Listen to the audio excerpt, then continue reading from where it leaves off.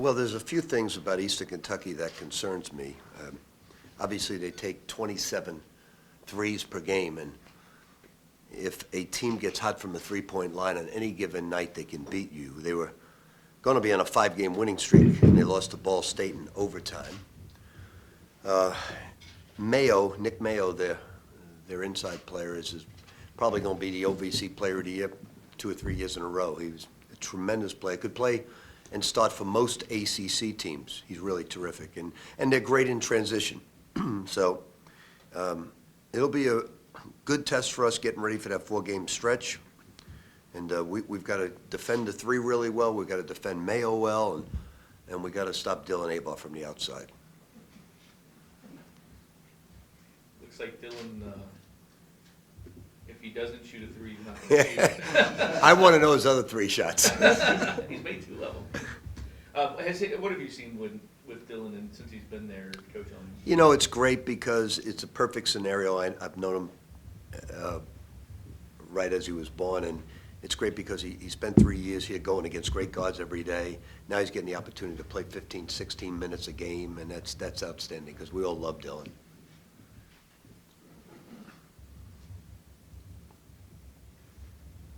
How is Honest? Is he good? Honest is 100%, ready to go, excited to go, and we obviously need Honest. He's our best shot blocker. He's our best passer. He has the best moves from the low post.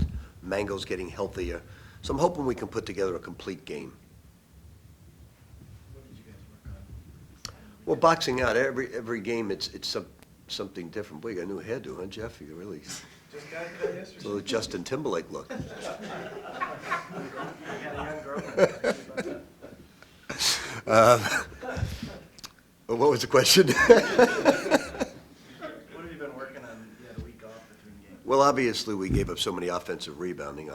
It seems to be each week. From the game before, it was our passing. This week, it's boxing out. So from a fundamental standpoint, we just keep working on the things that we see every practice and every game, and hopefully it sinks in because the boxing out in that game, and just look at Cincinnati. Cincinnati played them. He had 8 rebounds, and they blocked them out. So our guys have to learn a valuable lesson. I think they're getting tired of me mentioning and showing them clips of Terry Rozier blocking out. So it's about time they get ready to do it. I'm sure you guys prefer a higher shooting percentage offensively. Is there anything you guys can do as a coaching staff to give the guys? Well, the better the passing, the more ball movement, the higher percentage. The more you try to take on 5 guys defensively or 2 guys, if one guy, great defensive teams, when 3 guys play 1, they're all in that defensive shell playing 1 person. So if you create enough ball movement, you'll have a one-on-one situation and you'll shoot a higher percentage. Rick, are they doing that in practice and it's just not carrying over to games? They're Or just are you trying to correct that in practice as well? They're just an inexperienced team in a lot of areas, and there are more corrections with this basketball team than any time before. The good thing is this team listens very well and is very eager to get better.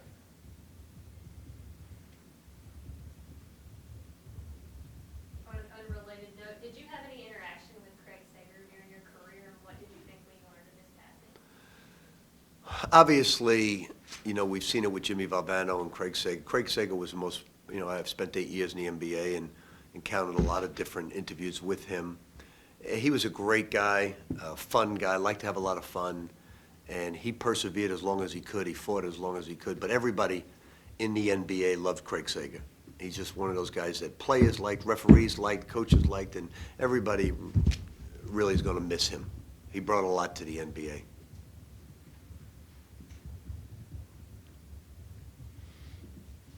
Coach, I don't know if you can comment on this, but obviously a lot of the stuff involving the football team and ethics and stuff like that. It just, out of curiosity, if you encountered a similar situation, what would you do?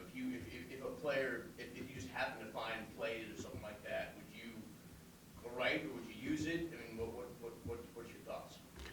Basketball's a lot different than football because, you know, you see football coaches on the sideline, you know, hiding them out. We get up and go, thumb up, and they go, yes, it's going inside, you know. So it's a lot different in basketball. So it's not the espionage, so to speak, that there is in football. That being said, you have a responsibility to not only your team, but to other teams. And those athletes in Wake Forest, they were turned on by that radio person. See, it's not about giving some other team information. It's about turning on the athletes that work all week to try and get a victory. You owe it to those athletes to do the right thing, regardless of what grudge you have.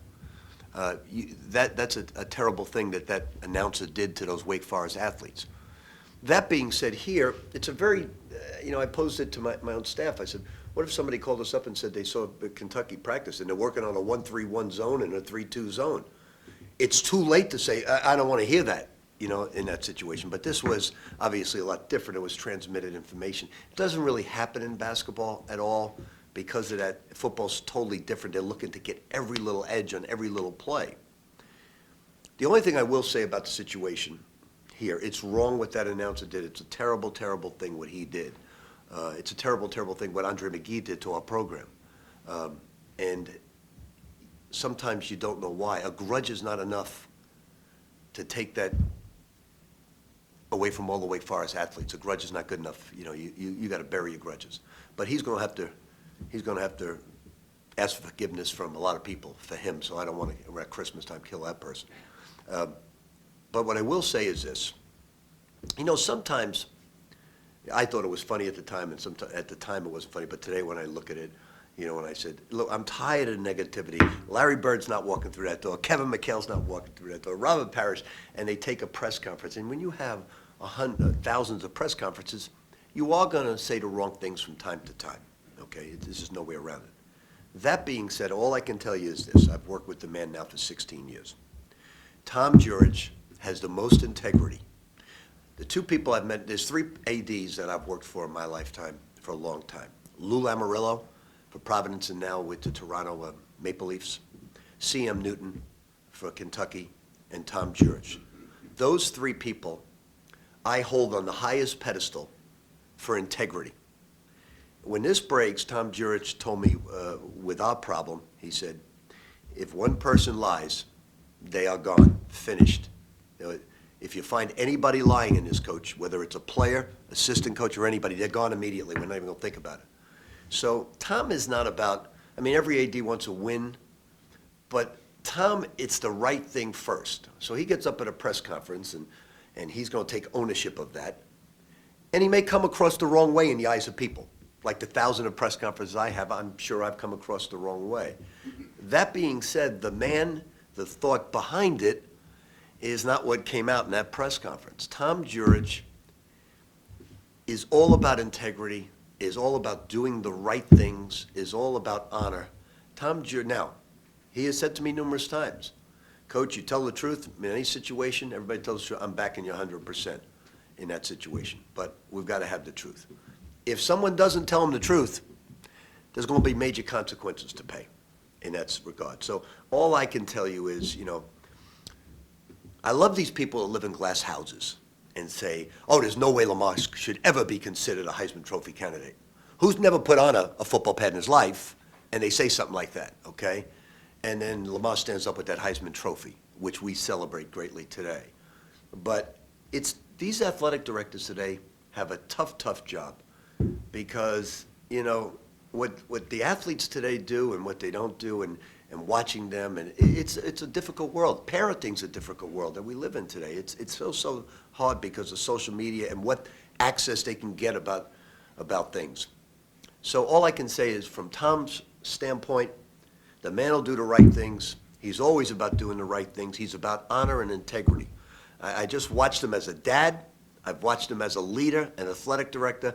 I've had private meetings with him. It's never once, let's cover this up, let's not do that. It's always, let's put it out there.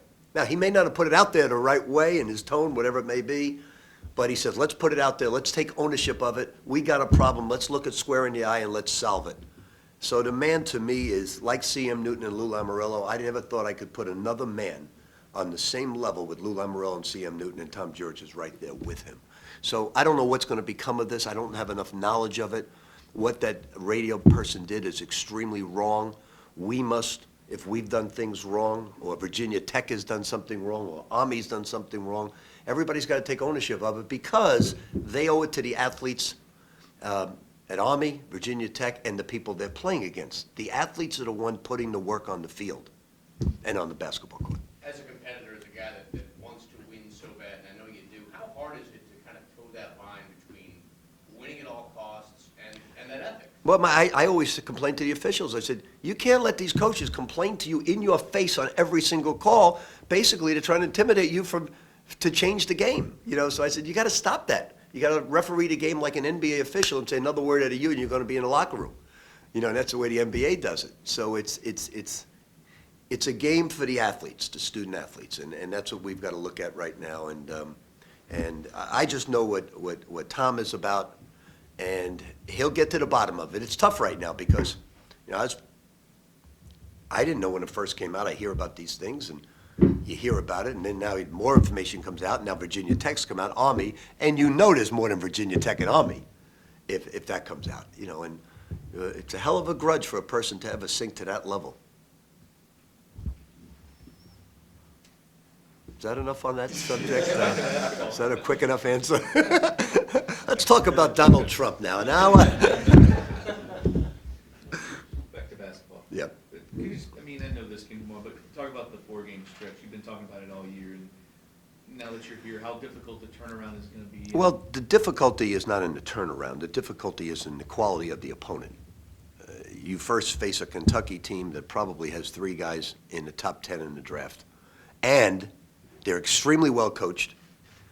They're outstanding on defense, and those 3 kids are great kids. We recruited De'Aaron Fox, one of my favorite high school players of all time, and they got great talent, great players, and they're extremely well coached. So that poses a major problem.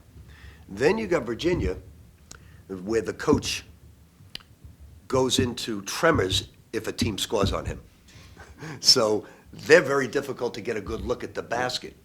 So that's a totally different style than a team that takes the ball out and crosses half court in 3 seconds.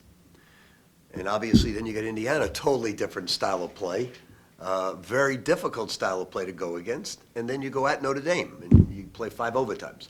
So it's a very difficult stretch because of the quality of the opponent. And we're going to find out what our team's made of very soon. Now, we did play well against Baylor for a half. We did play well against Purdue. We did play well against Wichita State. But these 4 teams pose a different problem.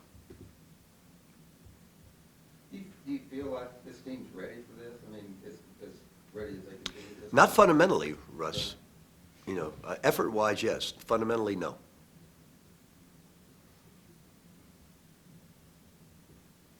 you gotten what you wanted out of Tony the last 2 games? I see him improving, Justin, quite a bit. No, Tony has made great strides, and I'm starting to feel more and more comfortable with him because he's, going in from playing 12 minutes and taking 11 shots to the point right now where he's understanding offensive, defensive culture. So he'll probably be the first point guard off the bench, and I've got to get him ready because he has the athleticism to play against those 4 teams we just talked about.